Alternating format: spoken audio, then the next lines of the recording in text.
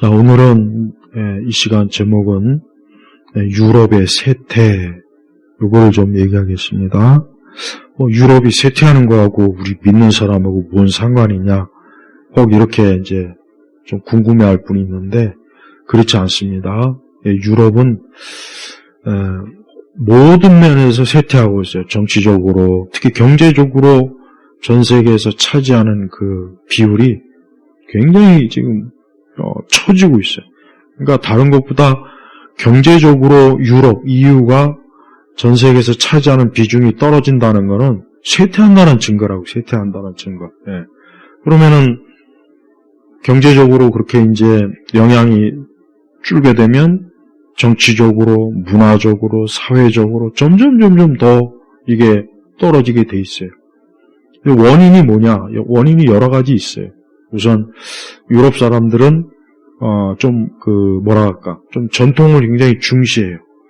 예, 그래서 유럽 사람들은 의외로 굉장히 어떤 빠른 변화, 특히 이제 디지털 문화로 굉장히 저항을 많이 해요.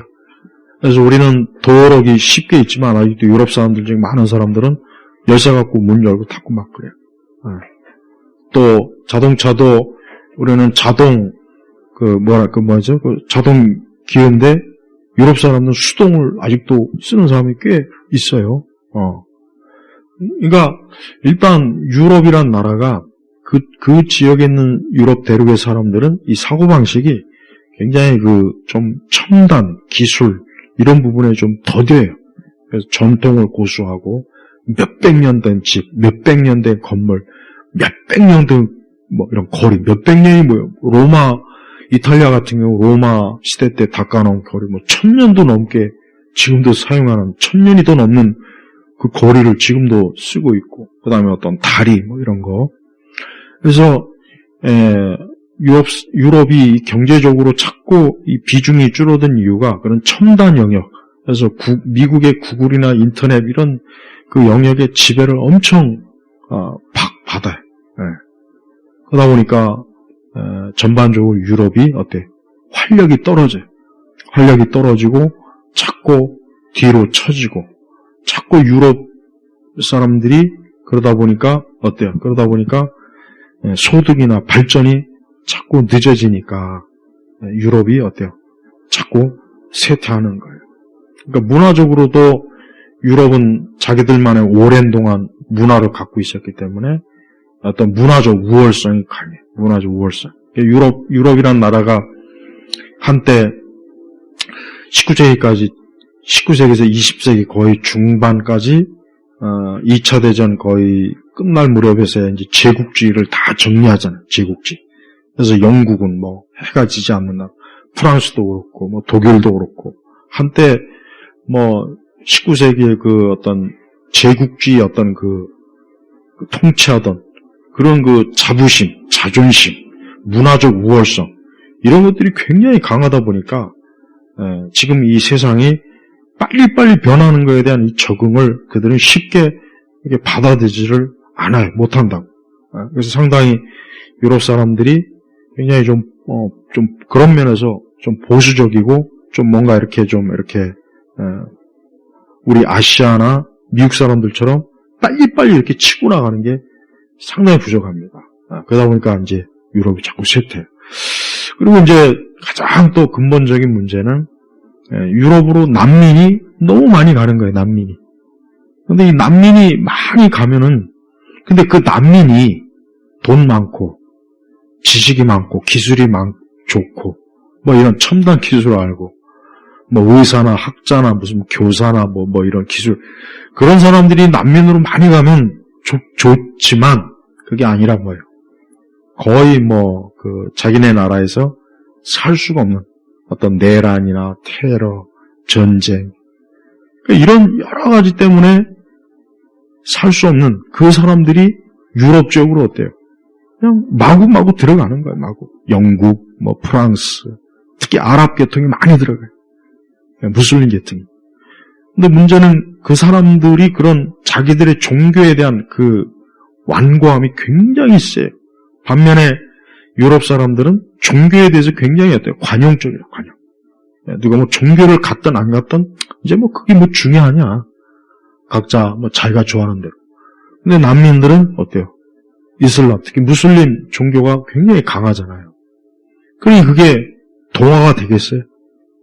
그러니까 이 유럽도 어쨌든 다문화 정책, 그래서 다양한 문화, 그래서 다양한 문화를 좀 조화롭게, 그래서 좀 이렇게 같이 잘, 그런 정책이나 그런 마음을 다 먹었지만 다 실패했습니다.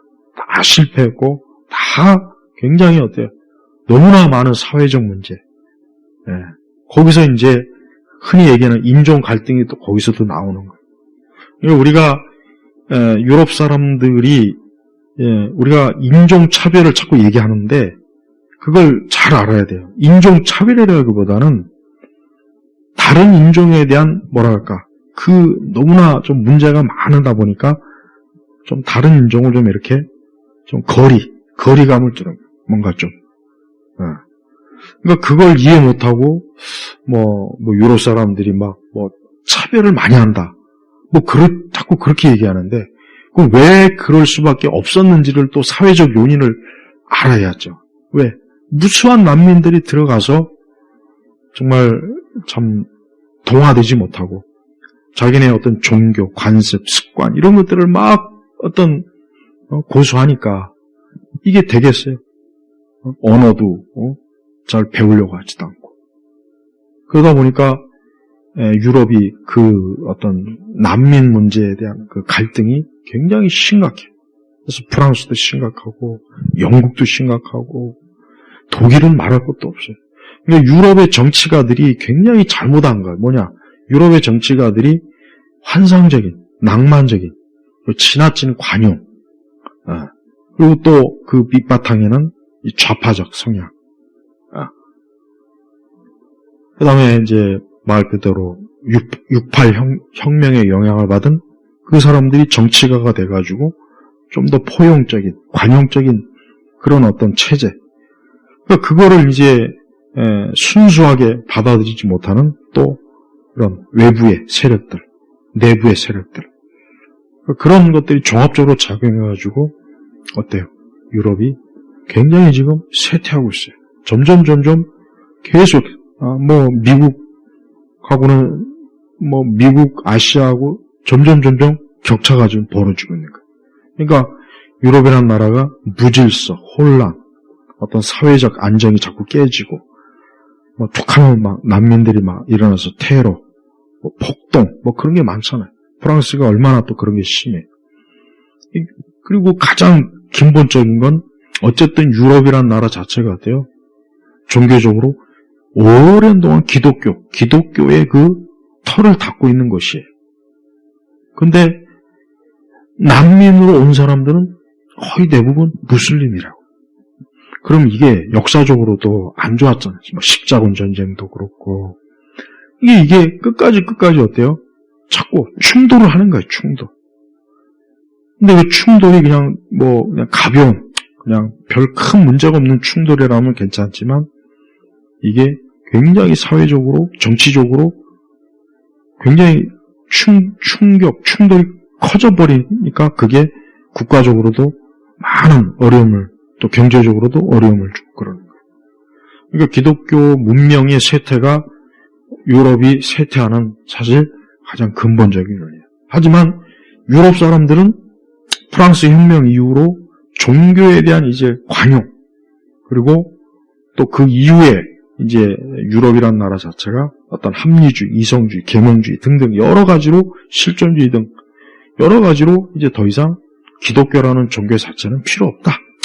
그거 옛날 종교인데, 그러니까 기독교 종교 자체를 조금 더 아쉬워하지 않는 거예요. 우리 조상들이 한때 가졌던 종교다. 그러다 보니까 어떻게 해요? 난민들이 가지고 있는 강한 종교심하고 이제 더 이상 기독교의 종교심이 정말 굉장히 약해진 그 사람들하고 이게 충돌이 되면 누가 이길까요? 당연히 종교심이 강한 쪽이 이기게 돼 있어요. 뭐든지. 그러다 보니 이게 자꾸 연쇄적으로 충돌하고 차이, 어떤 문화적 차이, 관습의 차이, 그리고 또 난민들은 자신들의 종교를 그대로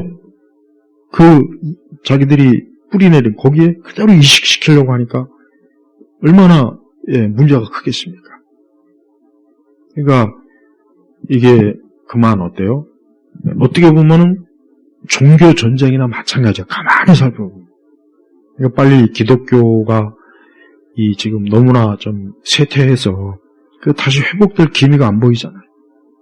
그 대신 외부의 이 세력들은 굉장히 강한 종교심을 가지고 계속 밀려 들어오고 있고 그들이 뿌리를 내리고 있고 그들이 뿌리를 내리는데 그런 사회적 비용은 또 이런 유럽에서 각 나라에서 또 해야 되니까 거기에 어떤 비용도 많이 들고 거기에 얼마나 또 경제적인 좀 해가 많겠어요. 근데 이게 우리 한국도 인구가 줄고 있고 또 우리 한국도 그러면 어쩔 수 없이 외부에서 유입이 돼야 돼요. 이민이나 이런 것들. 그렇게 되면은 우리 한국은 유럽은 큰 대륙이라고는 하지만 우리는 또 좁잖아요. 거의 섬나라나 마찬가지 우리나라가 사실 북한하고 또 이렇게 경계에 있죠. 그럼 어떻게 되죠 우리나라는? 한순간에 잘못하면 우리 민족은 그냥 이게 그 정체성이라는 건 한순간에 무너지는 거예요. 유럽도 지금 얼마나 그게 골머리를 앓고 있어요. 그러니까 해마다 그 난민 처리 문제 때문에 EU가 걔네들 연합 회의에서 유럽 의회에서 그 문제 가지고 아주 날밤을 샌다. 어떤 정책을 막. 근데도 여전히 어때요?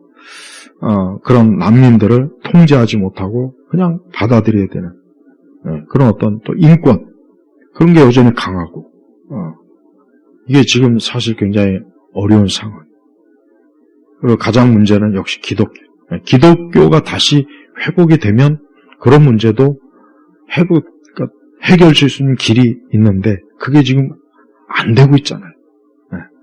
우리나라도 지금 점차적으로 점점 더 다문화주의, 외국인 비율이 굉장히 많아져요. 근데 우리나라에 들어온 외국인도 사실 영미권에서보다는 그렇죠. 중국도 그렇고 동남아 저런 제3세계에서 또 많이 오잖아요. 여러 어떤 우리나라도 앞으로 이런 이런 문제 때문에 굉장히 시끄러워지고 어려워지는 이런 사회적, 정치적, 경제적 문제가 많이 발생할 거라고요. 그러니까 요거를 우리는 아직도 크게 인식을 못하고 있어요. 아직도 크게. 하지만 벌써 이미 피부에 와 닿는 일들이 자꾸 나타나고 있다고요. 그래서 우리 기독교인들은 이러한 현상에 대해서 우리가 잘 정말 하나님 앞에 또 기도도 해야 되겠지만 또 이러한 부분들을 우리 성경에서 하나님 말씀에서는 어떻게 또 지혜롭게 이것을 말하나 우리가 이걸 잘 좀 또 살펴봐야 되는 거예요. 그리고 이게 결코 우리 교회나 우리하고 상관없는 문제가 아니에요. 예를 들면 이슬람도 대구에 지금 이슬람 세워지는 것 때문에 얼마나 막 많이 시끄러웠죠. 근데 그게 앞으로 우리가 계속 인구의 숫자가 유지될 때는 가능하지만 인구가 떨어지기 시작하면은 그건 못 막아요. 안 되는 거 힘이 안 돼. 그러니까 종교의 문제가 절대 가벼운 문제가 아니에요. 종교 별거 있냐? 그냥 각자 자기가 알아서. 근데 그게 굉장히 나중에 많은 영향을 미친다. 유럽이 지금 결국은 기독교하고 무슬림하고 충돌이에요. 가만히 보면은. 그걸 알아야 된다. 근데 이게 지금 계속 쇠퇴하면서 좀 어려움을 지금 가중하고 있어요. 우리 그리스도인들이 우리의 믿음이나 우리의 교회가 언제까지 평온할 수 없을지도 모르는 거, 또 이런 부분이 제대로 잘 이게 참 좋은 해결책으로 안 갈 수 있다는 것을 염두에 둬야 돼요. 예. 여러분, 세상은 점점 세상이 뭔가 모르게 자꾸 어때요? 섞여져요. 인종 간에 자꾸 섞여지고 자꾸 그래요. 근데 이게 좋은 현상은 아니에요. 인종 간 나눠지는 게 좋은 거예요. 섞여지는 건 사실 좋은 건 아닙니다. 그래서 미국 같은 경우도 이민 정책을 할 때 시간을 두고 한단 말이에요. 그래서 섞여져서 동화되고 또 그 다음 또 받아들이고 그런 차이를 둬요. 시간. 근데 그냥 유럽 같은 경우 갑자기 막 전쟁으로 막 이래서 막 난민들이 아프리카에서 이쪽 옛날에 그 코소보 이런데 막 밀려 들어가니까 감당이 안 되네. 갑자기 막 나타나가지고 수십 척의 난민 배들. 그거 어떻게 해? 돌려보내지도 못하고 쫓아보내지도 못하고 거기서 막 눌러 살려. 그리고 계속 유럽에 가야 먹고 산다.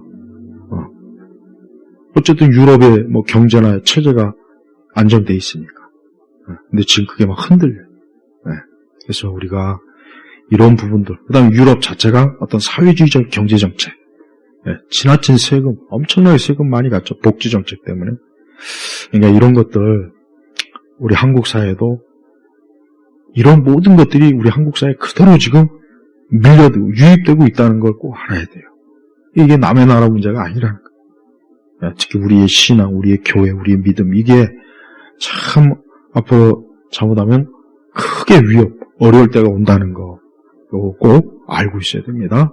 자, 마치겠습니다. 하나님 아버지, 오늘도 귀한 주일에 예배와 또 하나님의 은혜 가운데서 하루를 지납니다.